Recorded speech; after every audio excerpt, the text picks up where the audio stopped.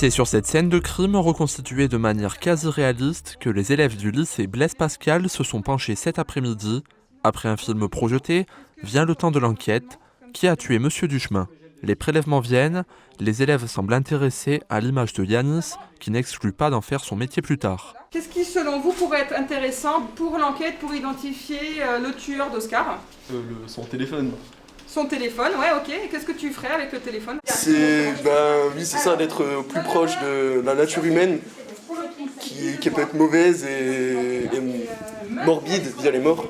Place au relevé d'empreintes, des lycéens se portent volontaires. Tous ces élèves sont fascinés par la découverte d'un métier qui est à milieu des séries télévisées, même si la technicienne estime qu'elles ont révélé beaucoup de leur méthode de travail. C'est justement les clichés des séries américaines où l'enquête est résolue en 45 minutes, alors que dans les faits, la police technique et scientifique, c'est des heures et des heures de constatation technique, c'est des heures et des heures d'expertise, d'examen, qui ensuite après aboutissent effectivement à l'identification d'auteurs.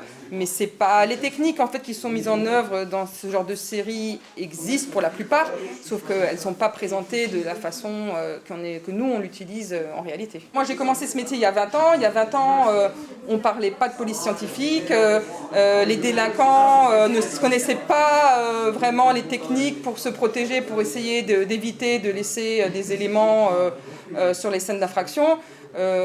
Aujourd'hui, c'est vrai que la technique a évolué. On relève sans doute un peu moins de traces papillaires, donc moins d'empreintes si vous voulez, et beaucoup plus d'ADN.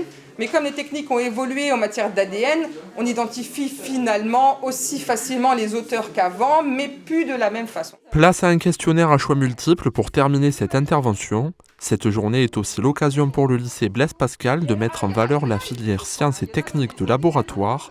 Hasard de la situation, c'est le même baccalauréat dont est issue la technicienne intervenante. Les élèves qui sont dans cette filière sont destinés à faire des études supérieures courtes dans toutes sortes de métiers du laboratoire, de l'agroalimentaire, de l'analyse médicale. Dans ce cadre-là, et des biotechnologies au sens large, la police scientifique, c'est une application qui fait un peu vitrine parce qu'elle est très populaire, mais c'est également une application des biotechnologies. On le voit avec la technique de PCR, qui était autrefois très largement méconnue et qu'aujourd'hui tout le monde connaît, puisque la Covid-19 a mis en avant cette technique pour détecter le fameux virus, puisqu'on travaille directement sur l'ADN, et qui fait partie des biotechnologies qu'on pratique depuis longtemps. D'autres journées comme celle-ci sont amenées à se renouveler, et pour les futurs enquêteurs, un stand de police scientifique est présent aux Journées des métiers du ministère de l'Intérieur, comme chaque année.